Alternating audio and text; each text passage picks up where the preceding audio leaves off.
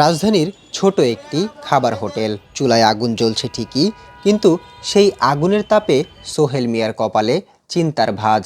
যে রান্নার আয়ে সংসার চলে, সেই আগুনের জ্বালানি এখন তার বড় শত্রু। কেউ চায় 2200, কেউ চায় 2500, কেউ চায় 3000। এইরকম হইলে তো আমাকে দ্বারা সম্ভব না।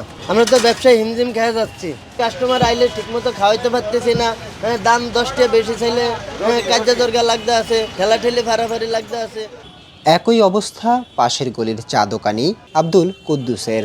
কয়েক মাস আগেও দিনে কয়েকশো কাপ চা বিক্রি করে যা লাভ হতো, এখন তার পুরোটাই চলে যাচ্ছে চড়া দামে গ্যাস কিনতেই। এখন হলো 2500 টাকা, তাও পাওয়া যাচ্ছে না। অনেক দোকান বন্ধ হয়ে গেছে। আমারটাও সীমিত বন্ধ হয়ে যাবে। আমারটাও সিন্ডিকেট কি বলবো, আর গ্যাসই নেই কোনো দোকানে। গত 4ই জানুয়ারি বিইআরসি 12 কেজি সিলিন্ডারের দাম 1306 টাকা নির্ধারণ করলেও মাঠ পর্যায়ের চিত্র ভিন্ন। খুচরা বাজারে গ্যাস পাওয়া যেন সোনার হরিণ। 3000 টাকা খরচ করেও মিলছে না সিলিন্ডার গ্যাস। ভোক্তা অধিকার ইতিমধ্যে একাধিক অভিযান করেছে। আমি আজকে সকাল ভোক্তা অধিকারের ডিজির সঙ্গে নিজে কথা বলেছি এই বিষয়ে যেন তারা অধিক অভিযান যেন তারা পরিচালনা করে। তবে ডিলাররা বলছেন ভিন্ন কথা। সরবরাহ সংকটের দোহাই দিয়ে কোম্পানিগুলো কৃত্রিম সংকট তৈরি করছেন বলে অভিযোগ তাদের। জেমাই কোম্পানি আমাদের প্রায় 17 দিন ধরে মাল দিতেছে না। আমাদের গ্রিন কোম্পানি প্রায় 20 দিন ধরে মাল পাইতেছি না। অ্যান্ড গ্রিন কোম্পানিও গাড়ি পাঠিয়ে রাখছি, তারা মাল দিতে পারতেছে না। এবং আমরা তাহলে ছোট ছোট দোকানগুলোতে বা সাব ডিলারে আবার মাল দিব কেন, এই জন্য আমরা মাল দিতে পারতেছি না।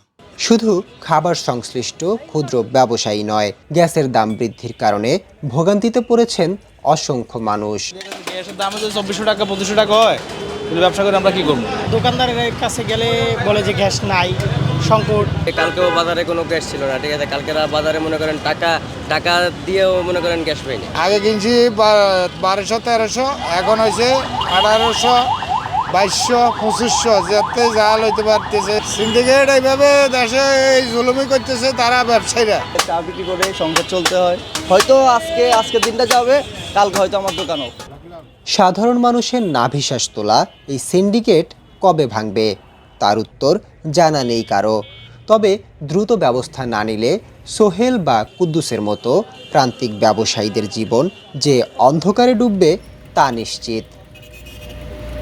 কাগজে কলমে দাম নির্ধারণ হলেও সাধারণ মানুষের পকেট থেকে বাড়তি হাজার হাজার টাকা কেড়ে নিচ্ছে এক অদৃশ্য সিন্ডিকেট। একদিকে সরবরাহ সংকট, অন্যদিকে নজরদারির অভাব। এ দুয়ের জাতাকলে পিষ্ট স্বল্প আয়ের মানুষ। এখন দেখার বিষয়, বিইআরসি নির্ধারণ করে দেওয়ার দাম কি শুধু খাতা কলমে সীমাবদ্ধ থাকবে, নাকি আসবে সাধারণ মানুষের হাতের নাগালে। মোহাম্মদ আলিফ মিয়া, দৈনিক করতোয়া, ঢাকা।